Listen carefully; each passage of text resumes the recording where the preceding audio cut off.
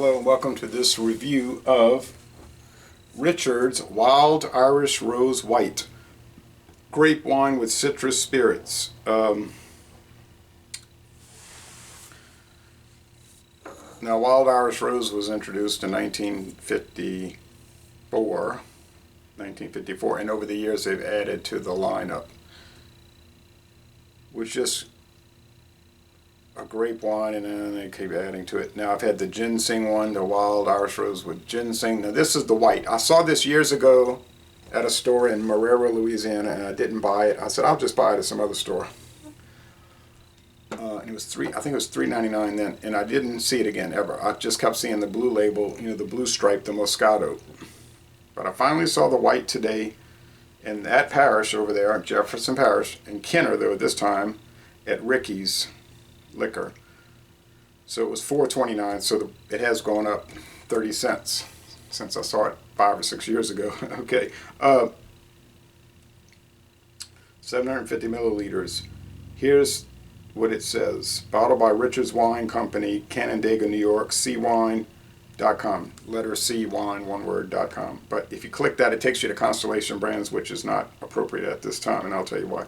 So grape wine with citrus spirits. Oh, so it's grape wine, but they add citrus spirits to it. In other words, distilled citrus. Think of it as like orange, tangerine, satsuma vodka.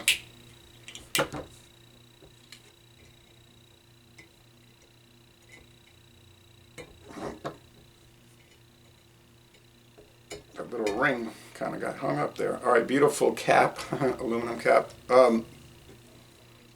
Never had the white before. There are a few video reviews for it, not a whole lot. 17%, yikes.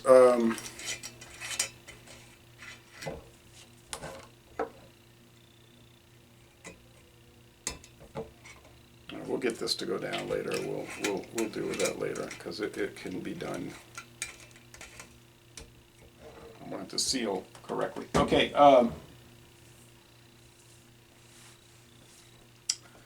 Canandaigua Brands sold this to E&J Gallo a few years ago, all right? So now it's actually listed on the E&J Gallo website.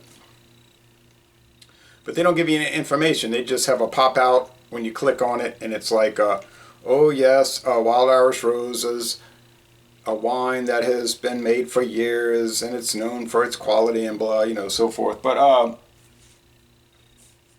there's no helpful information. The old Constellation brand website would give specific information for each one, and it was pretty detailed. But E&J doesn't feel like it's important to do that for this one, and I guess there aren't too many purchasers of this product who are going to research it anyway. So it's very pale yellow. All right, almost even like maybe a greenish yellow, depending how the light hits it. So, a white wine from Canandaigua, New York, the Finger Lakes region. A lot of wines coming out of that area of New York, Paul Masson, Taylor, for instance. So let's check out Wild Irish Rose.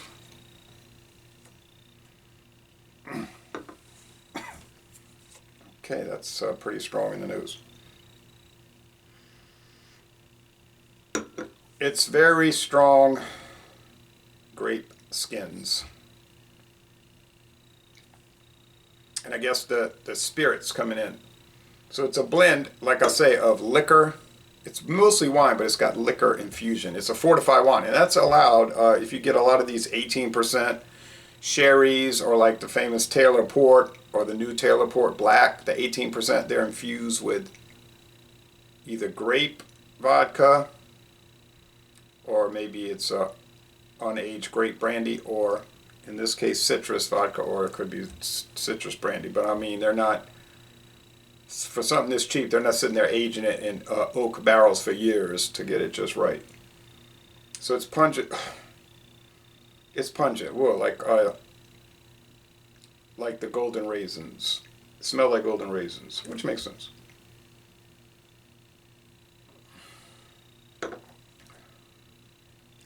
Doesn't say natural flavors added or anything like that. Just got the citrus spirits. There's a company down there in Auburndale, Florida, does a lot of citrus spirits. It's kind of chalky in the mouth, mouthfeel.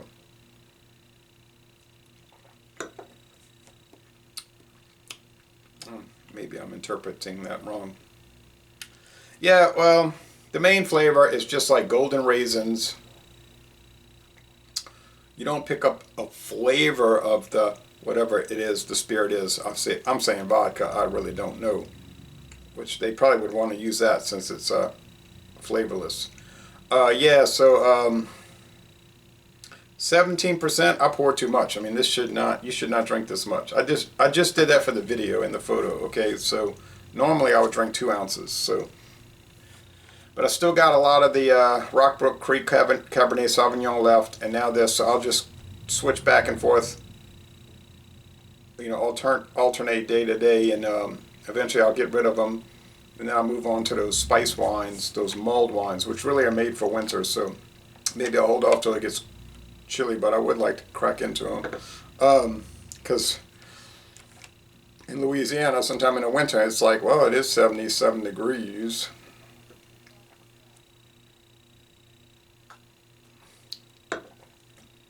High, medium body.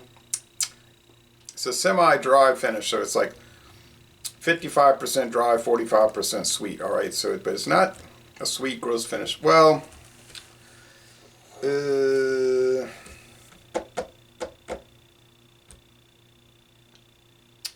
it's not really that different, honestly, from like your Taylor Golden Sherry. I think there's this Taylor Sherry, excellent for cooking. They call it Taylor. It's hard to find that one. Taylor Sherry, excellent for cooking.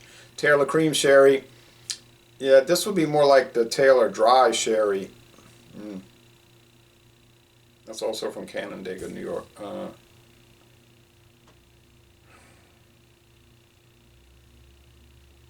And Taylor is under the control of E&J Gallo now too, right? Okay, so guess they took over all those wineries out there, all the property. They got the money to do it.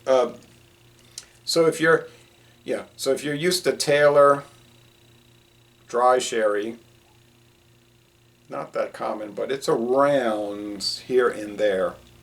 This is not going to seem that different, so I don't know what it would pair with. There's no pairings on it. There's no back label to give you some suggestions. You can see it sweating. I turn the air to a higher level, or wouldn't click on during the video. Contains sulfites. Most American wines do. So there it is. It's maybe better than the Moscato because the blue every flavor has a different stripe, right? The original has a red stripe, then the grape, what do you call it? Purple grape or something grape has the purple stripe, then the assorted fruits, whatever it's called, has a pink stripe. Whatever, you know what I mean?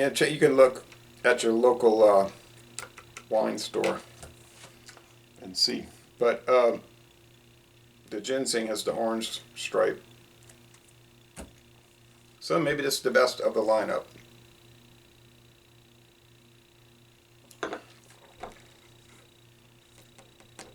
The ginseng was pretty good too. Yeah, it's all right if you like the tannic and the wine skins and that golden raisin flavor, and you can handle 17%. Watch it, boy. Yeah, it's okay. It's okay. At first, it was coming in at a C+, but it's moving on up. Yeah, it's like good. It's good in its own little quaint way.